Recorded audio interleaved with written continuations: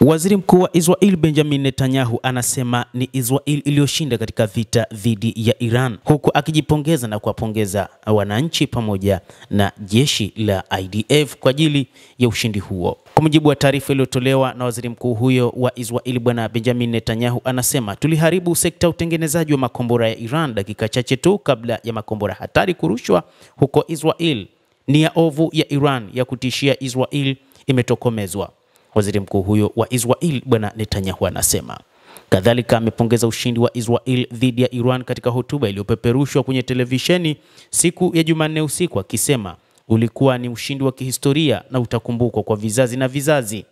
Tuliharibu tasnia ya utengenezaji dakika chache kabla ya makombora hatari kurushwa, na nia yao ovu ya Iran ya kutishia Israel sasa haipo tena. Wakati wa kampeni ya anga ya siku 12 iliyopewa jina la Rising Lion dhidi ya Iran ikifika tamati, Netanyahu alisisitiza kuwa ahadi yake ya kuizuia Iran kupata silaha za nyuklia imeshatimia, na amechukua fursa hiyo kutoa shukrani kwa rais wa Marekani Donald Trump ambaye alimuita rafiki mkubwa wa Israel katika ikulu ya White House. Anasema zaidi kwamba tuliwaondoa maafisa wakuu wengi na kushambulia vituo vya walinzi wa mapinduzi. Tulipiga pigo kuu kwa utawala wa Ayatollah Al-Khamenei na kuashiria pigo gumu zaidi katika historia yake. Tuliwaondoa mamia ya watendaji kazi wa serikali katika shambulio hilo kali. Namshukuru Rais Trump kwa msaada wake usioyumba. Netanyahu pia alitoa shukrani zake kwa viongozi wa kijeshi na kijasusi wa Israel, ikiwa ni pamoja na wafanyakazi wa anga, wanawake na wafanyakazi wa ardhini waliofanikisha ushindi huo wa kimkakati. Ningependa kumshukuru mkuu wa majeshi, mkuu wa Mossad na wapiganaji wetu na marubani, Netanyahu alisema.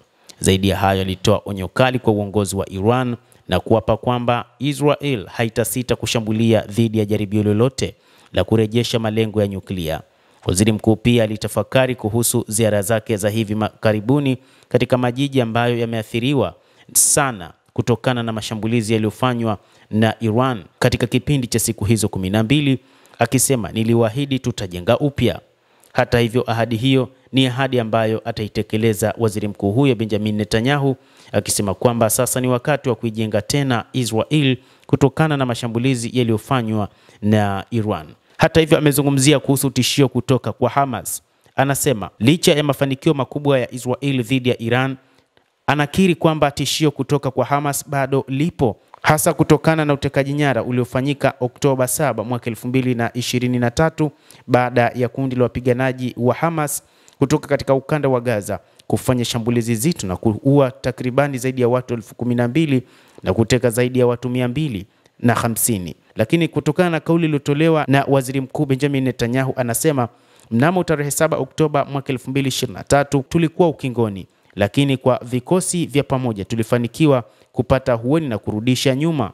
Leo miezi 20 baadaye tunatawala anga juu ya Iran na kulazimisha utovu wa nidhamu ambao haujawahi kushuhudiwa, lakini hatujafagiliwa mbali na furaha. Hatutaacha, dhamira yetu iko wazi, kuwashinda Hamas na kuwarudisha mateka wetu nyumbani. Amesisitiza kuwa juhudi za Israel za kutaka kurejea kwa mateka wake hazijakoma na zitaendelea bila kuchoka hadi kazi hiyo itakapokamilika. Mashujaa wetu hawajakata tamaa, na bila ya mafanikio yao makubwa tusingeweza kufika hapa tulipo. Akiangalia mustakabali, Netanyahu alielezea matumaini yake kwamba kushindwa kwa malengo ya nyuklia ya Iran kutafungua njia ya ustawi zaidi katika eneo hilo. Kwa kuondolewa kwa mhimili wa uovu, mhimili wa ustawi utaibuka na watu wa eneo hilo. Uchumi wa Israel utafikia kilele kipya.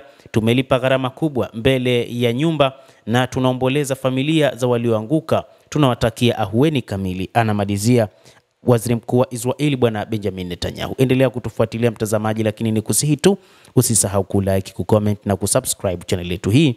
Utakuwa wa kwanza kupata habari hizi kupitia The World News. Naitwa Adam Hussein.